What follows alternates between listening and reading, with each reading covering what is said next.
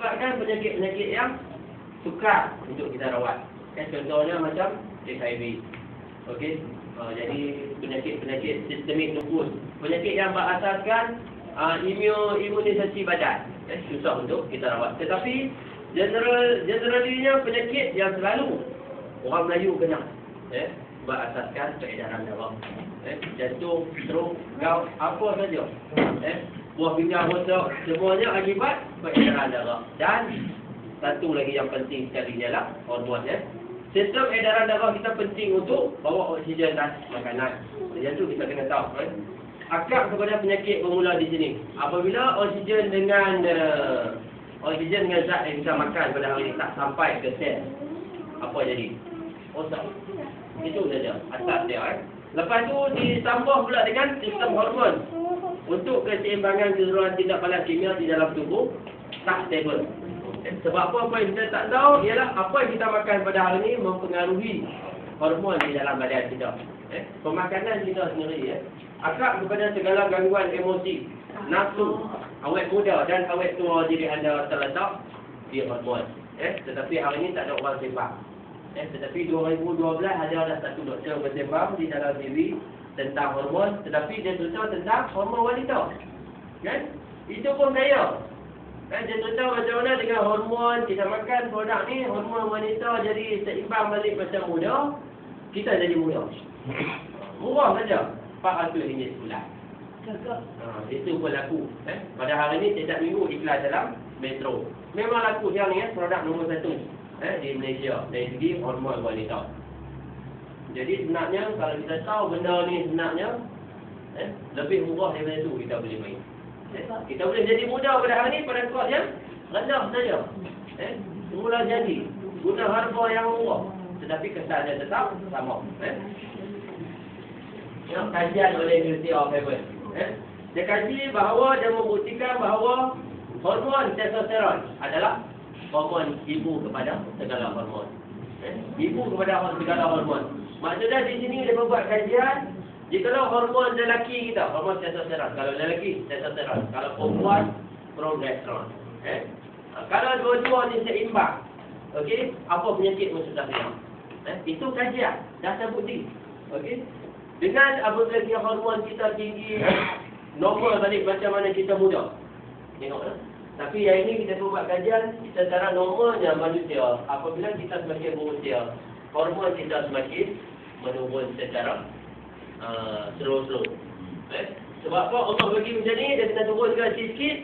Kalau kata kita boleh imagine kalau umur 60 tak turun juga, hormon tinggi macam umur 18 dah tak tahu apa nak jadi. Okey, orang tua tak tahu. Okey, orang tua Tok Wan, orang tua cucu, saja lagi belakang. Tok Wan, orang tua cucu, orang tua adik sendiri. Jadi macam tu lah yang akan berlaku. Sebab itulah badan manusia secara perlahan-lahan hormon ni akan menurun. Sehingga refleks waktu umur 60 ke atas. Tetapi hari ini masih pucuk Kementerian Kesihatan kata 40-an pun kena. Ramai dah kan? Sebenarnya ramai. 40-an pun dah kena.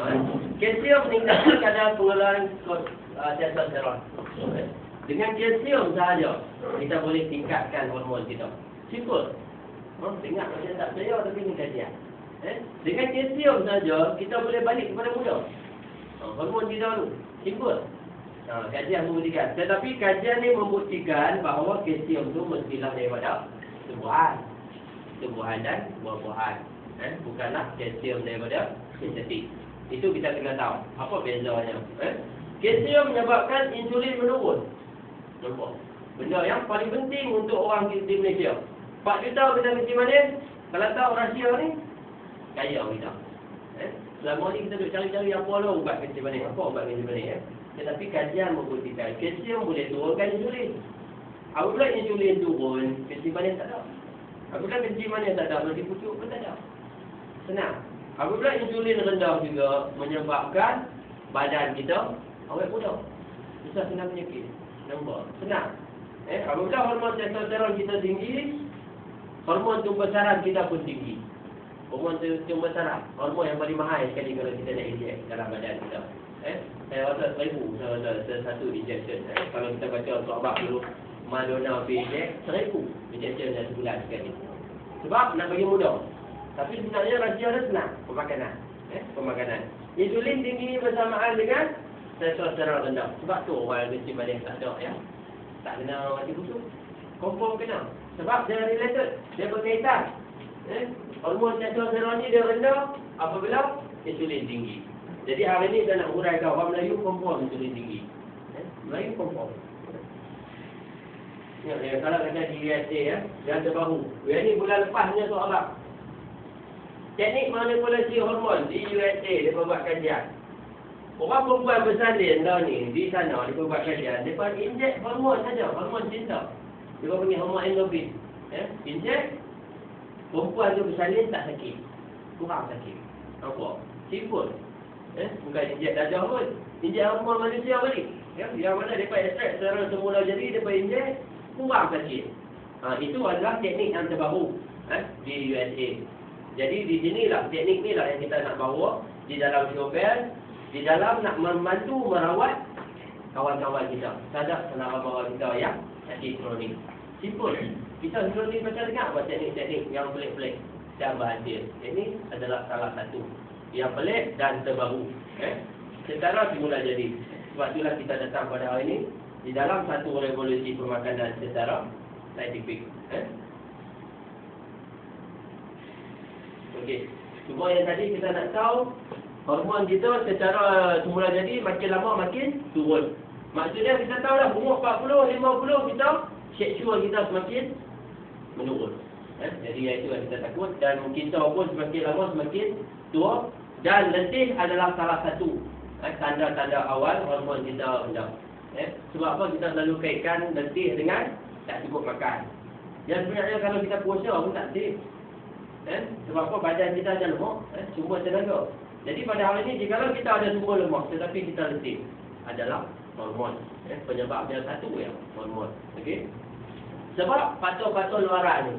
Faktor luaran ni lah yang menyebabkan hormon di dalam badan kita turun dengan cepat.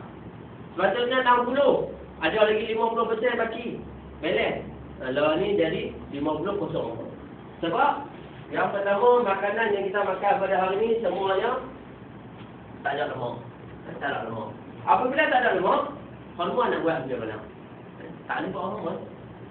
Enzim untuk awet muda. Enzim untuk pencernaan tak boleh buat. Kalau ada lemak tak ada.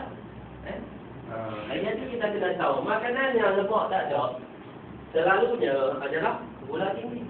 Itu kita kena tahu. Sebab nak cipta makanan, kita buang lemak, kita masukkan gula sebagai ganti. Sebab kos dia murah. Kita tak gantilah semua daripada susu. Sebab mahal. Susu dengan gula siapa mahal lagi? Budak kecil tak berapa. Susu RM3, apa ni gula RM1 kilo. Tapi dalam produk kita tak guna lah gula biasa, gula tebu. Kita guna gula tiruan. Itu lagi murah sebenarnya. Kupang-kupang dengan kilo. Racun serangga. Racun serangga tak payah beritahu. Semua orang tahu dah. Dalam sayur, dalam buah, semua kena. Kita baca nusan kena.